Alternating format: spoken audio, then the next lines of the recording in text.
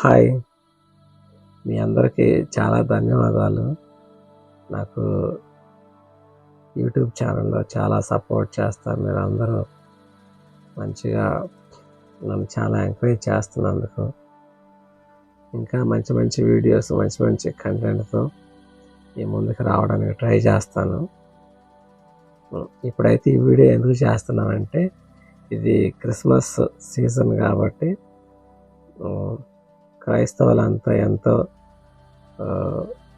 చాలా బాగా సెలబ్రేట్ చేసుకునే పండగ కాబట్టి మీ అందరికీ ముందుగా జీసస్ యేసు నామములో క్రిస్మస్ శుభాకాంక్షలు చెప్తా ఉన్నాను అందరికీ. ఈ వీడియో చూస్తున్న ప్రతి ఒక్కళ్ళు, వాళ్ళు ఎవరైనా సరే ఆ దేవుడు దీవించి నిండి ఆయురారోగ్యాలు మంచిగా వాళ్ళ ఫ్యామిలీస్లో ఏవైతే ప్రాబ్లమ్స్ ఉన్నాయో అవన్నీ దేవుడు తీసేసి మంచి హ్యాపీగా ప్రతి ఒక్కటి ఇది చేయాలని చెప్పేసి నేను మనస్ఫూర్తిగా కోరుకుంటున్నాను. క్రిస్మస్ అంటే నిజంగా దేవుడు పరలోకాన్ని వదిలిపెట్టి మనుషులమైన మన కోసం ఈ లోకానికి వచ్చాడని క్రైస్తవులు చాలా గట్టిగా బిలీవ్ చేస్తారు. అదే ఈ క్రిస్మస్ ఉద్దేశము. దేవుడు అనేవాడు ఏదైనా, మనమైతే ఇప్పుడు ఒక మంచి ప్యాలెస్, ఒక రాజభవనాన్ని వదిలిపెట్టి ఒక పూరిపాకలను లేదా ఒక టెంట్ వేసుకుని అక్కడికి వెళ్ళి ఉండమంటే మనమైతే ఇష్టపడము. కానీ దేవుడైతే అలా చేయలేదు.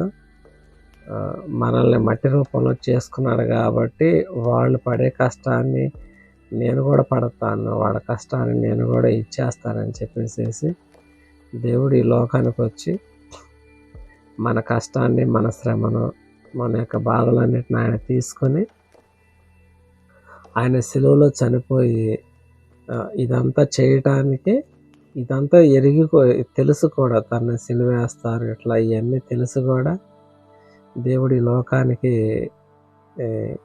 ఒక అద్భుతమైన వరంగా మన కోసం వచ్చాడు. అందువల్లనే ఇది క్రిస్మస్గా జరుపుకుంటూ ఉంటాము. ఈ వీడియో ఎవరైతే చూస్తున్నారో వాళ్ళందరికీ advanced and happy and merry Christmas. ఇంకా జీసస్ గురించి చెప్పాలంటే చాలా ఉంది. ఆయన శకపురుషుడు. ఆయన వచ్చినాక, ఆయన రాకముందు, ఆయన వచ్చిన తర్వాత అన్నట్టుగా ఈ యొక్క లోకాన్ని డివైడ్ చేశాడు. అంత గొప్ప శక్తి కలిగిన దేవుడు. అట్లాంటి గొప్ప దేవుడిది క్రిస్మస్ని జరుపుకోవడానికి నిజంగా నాకైతే చాలా హ్యాపీగా ఉంది.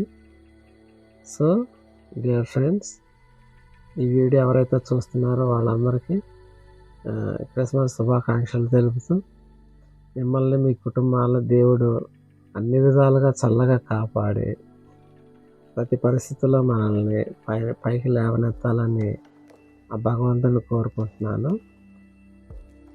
Thank you so much.